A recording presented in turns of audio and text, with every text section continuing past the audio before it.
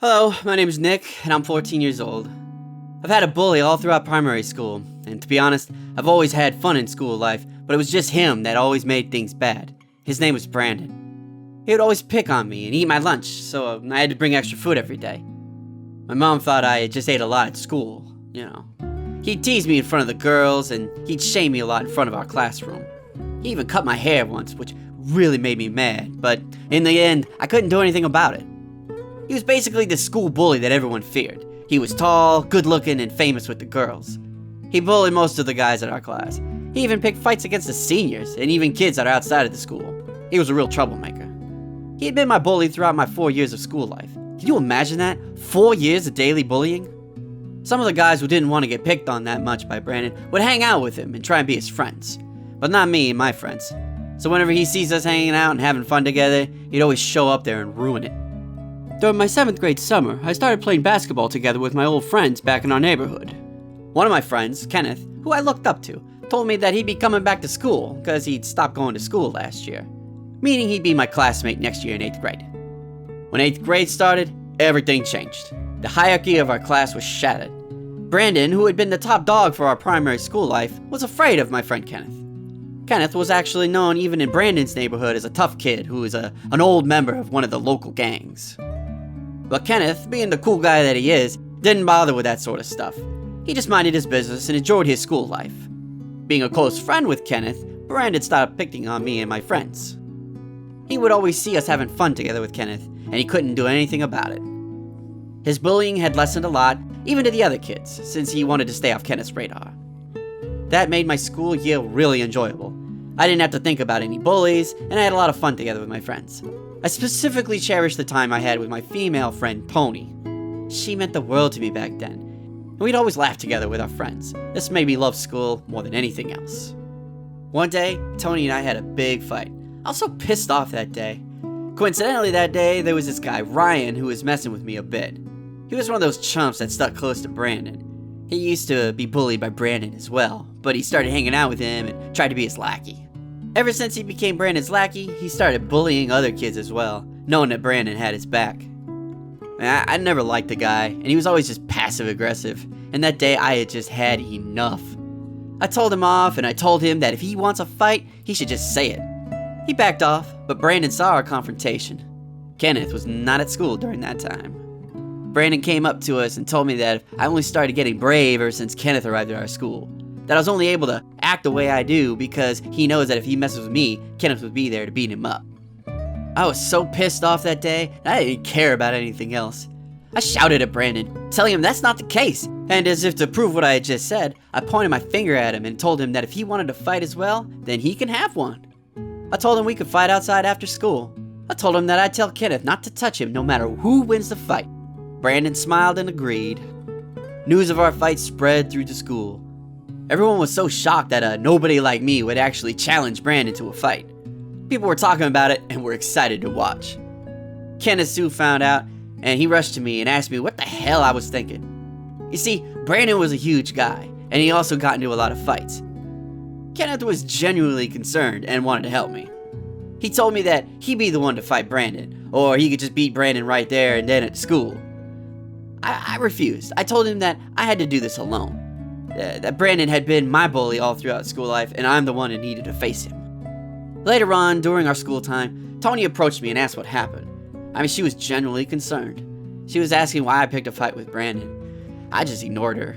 She didn't know that all of this was because we had a fight earlier, and I refused to talk to her, so she left me alone. I was confused and mad. All throughout the day, my heart was pumping like crazy because I was nervous about the fight. To be honest, I was scared. I didn't know why I did what I did. I finally stood up for myself against Brandon, though. Brandon, the guy I feared all these years. I'd actually picked a fight with him. I was even the one who asked for the fight. The more time passed, the more anxious I got. My hands were shaking. I was just so scared, but I know I'd already set everything up and I had to do it. Time came for school break. The guys talked to me about where the fight would be. We decided that it would be in an empty lot near our neighborhood. Brandon was a bit hesitant since he knew that it was Kenneth's neighborhood, and he was scared that he'd get jumped once he gets there. Kenneth pointed at him and shouted to just bring his ass there, or he'd go to his own house and beat him up. In the end, Brandon agreed and told us he'd bring an adult to be there with him just in case. I went home, I changed my clothes, and without even saying hi to my mom, went rushing towards the empty lot. I was sweating, I was cold, my hands were shaking, and I felt like my knees would buckle any time. As I got to the parking lot, I was stunned to see that the whole place was full of delinquents. Every single one of them looked scary, and they all looked at me. Apparently, Kenneth called in some of his old gang members just in case, but one thing led to another, and a whole lot of guys showed up. Most of them were there because they were bored and were just killing time, though. Tare, a member of the gang and Kenneth Sr., supervised the whole thing. Now, I knew Tare, and there had been stories about him being the real top dog in the neighborhood, but I'd only met him once before. Brandon arrived, and his face paled at what he saw. He almost turned back and ran, but the exit was blocked by some of the guys. Brandon had a huge delinquent by his side, the one he brought with him. Tare put his arm around the huge guy and smiled. The huge guy was nervous around Tare and spoke to him respectfully. Tare shouted that it was going to be a fair match and that no one was allowed to harm Brandon and his companion. I saw Kenneth in the background fuming with anger. I think Kenneth planned to jump Brandon even before the fight started, but too many of his pals showed up and even dragged in his senior Tare, which made him unable to jump Brandon. Why would Kenneth do that? Well, you see guys, back then, it was painfully obvious I was going to lose, that I would get whooped in an instant by Brandon. Kenneth, being a good friend, wanted to stop that even if he has to break his promise to me. Tare gave his word to Brandon and his companion that no matter who wins or what the outcome of the fight would be, they'd be allowed to leave unharmed. We were inside this huge circle of delinquents. Finally, the fight started. I got the shit beaten out of me. Like my face got literally disfigured as I took a punch after punch after punch. I could barely see through my left eye. I heard Kenneth in the background frustratingly shouting at me to dodge or to punch or just whatever. Each time I got punched, I could hear the crowd moaning. Every time I would get kicked, elbowed, and even kneed right in the face. But every time I go down, I'd get right back up. I would go forward with my arms swinging, trying to find a target. It was a futile attempt, though. I couldn't even hit the guy. It was a sorry sight.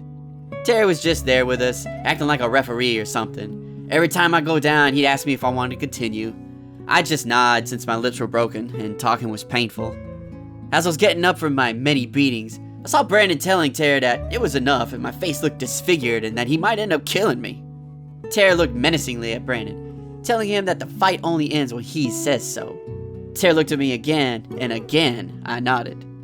We continued. The crowd watched in silence as I got beaten up. Even Kenneth had stopped shouting. I kept swinging and swinging, even as my head was flying off from his punches.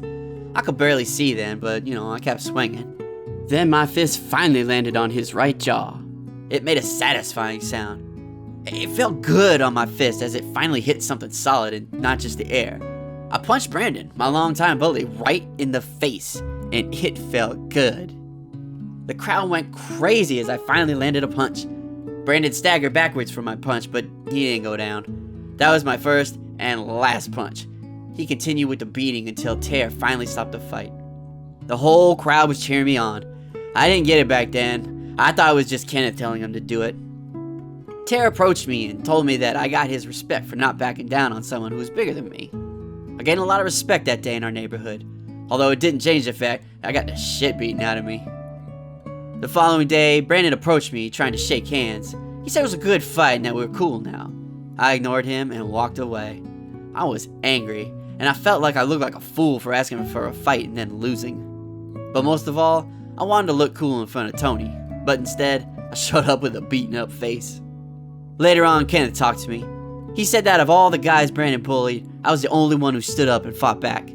Even though I lost, he told me that I actually looked cool for doing what I did. Losing and looking like a fool in front of Tony only made me angrier. I didn't want her pity, and my pride prevented me from making up with her. The gap grew between us, and we never became friends again, even at the end of the school year. How about you? Have you had any similar experiences? Share your stories, and we can animate them for you. You can send your stories here on our email. Thanks for watching. Bye.